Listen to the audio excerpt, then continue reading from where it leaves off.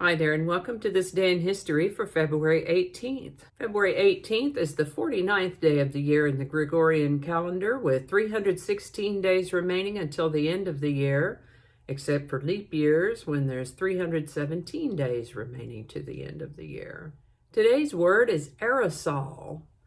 Aerosol is a cloud of solid or liquid particles in a gas. A dispenser that holds a substance under pressure and that can release it as a fine spray, usually by means of a propellant gas. An aerosol is a substance released in a very fine mist, like oven cleaner or air freshener.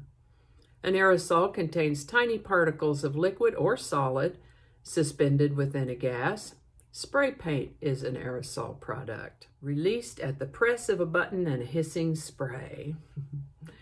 The aerosol paint emerges in the form of a gas and adheres to the surface as a solid color. Aerosol products can be dangerous since they're typically flammable and can cause health problems if people inhale them. Now we're talking about the spray kind with the pressurized gas that drives them. The word aerosol was coined in 1919 from a combination of aero, which means air, and sol, short for solution. I'd like to take a moment to remind you that links to my research are included in the show notes, and to ask you to go ahead and click that like button, subscribe if you haven't already. Be sure and stay to the end because you know you don't want to miss those outtakes. And share this video with others. You can put a link in your email or your social media, either one. And with that, we're going to start in 1791, when Congress passed a law admitting the state of Vermont to the Union, which would be effective on the 4th of March, since that state had existed for 14 years already as a de facto independent and largely unrecognized state. February 18 of 1848 is the birth date of Louis Comfort Tiffany, an American stained glass artist. On February 18 of 1885, Mark Twain published The Adventures of Huckleberry Finn. The Academy of Motion Picture Arts and Sciences announced the winners of the first Academy Awards on February 18, 1929. Poor little Pluto. An article I found about it said, once believed to be the 9th planet. Well, as far as I'm concerned, it's still the 9th planet.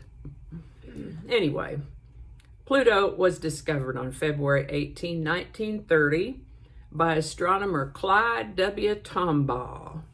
Hans Scholl and his sister Sophie were leaders of a German youth group called Vis Rose.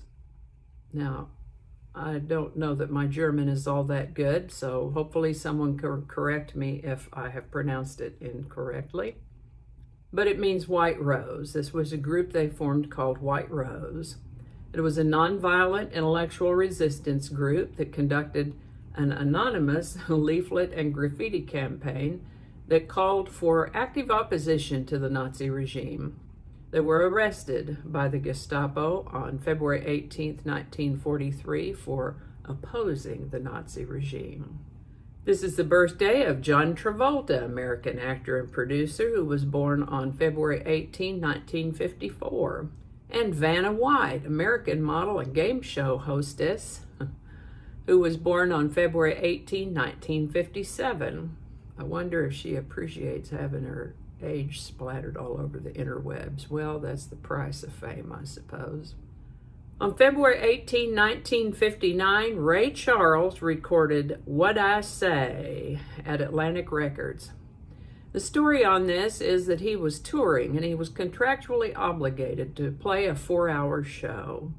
He and his crew ran out of songs at about 12 minutes short of that 4-hour mark, and so he just began playing and singing whatever fell out of his mouth, and oh my goodness, the crowd loved it.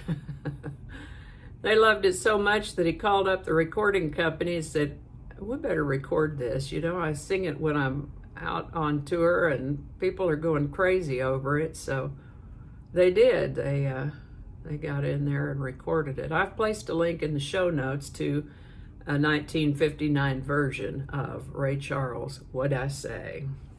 is a pretty lively tune. You might remember it already, but yeah, that's the story on that one. On February 18, 1979, Richard Petty won a then record 6 Daytona 500 after leaders Donnie Allison and Cale Yarborough crashed on the final lap of the first NASCAR race, televised live, flag to flag. I probably watched that race too. That's been a long time ago though. On February 18, 2001, Dale Earnhardt Sr., considered one of the greatest drivers in NASCAR history, died at the age of 49 in a last lap crash at the 43rd Daytona 500 in Daytona Beach, Florida. On February 18th of 2010, Wikileaks published the first of hundreds of thousands of classified documents disclosed by the soldier now known as Chelsea Manning. And that's all I have for you today. Again, links to my research are included in the show notes. Thanks for watching. Give it a like if you enjoyed this video. Consider subscribing if you haven't already. Remember, those outtakes are coming right up. While you're here, check out my other channel, 8 Susquehanna. Thanks again, and I'll see you next time.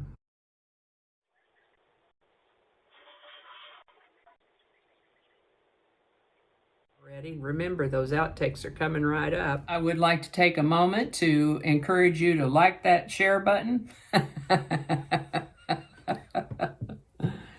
Okay.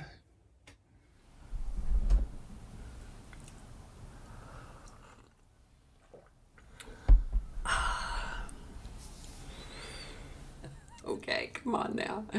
So many mistakes. Oh, come on now. We're not going to go into all that. Okay. There goes the puppy. There's a good girl. Good girl. This is what happens when we go off script. I don't know how all that's going to go together, or if it's even going to make it to the video. We'll just see. That's not going to go. Probably cut all that out. That'll all be laying on the cutting room floor. So I'll just do that whole thing over. That might not make it into the video. We'll see. Changing it up.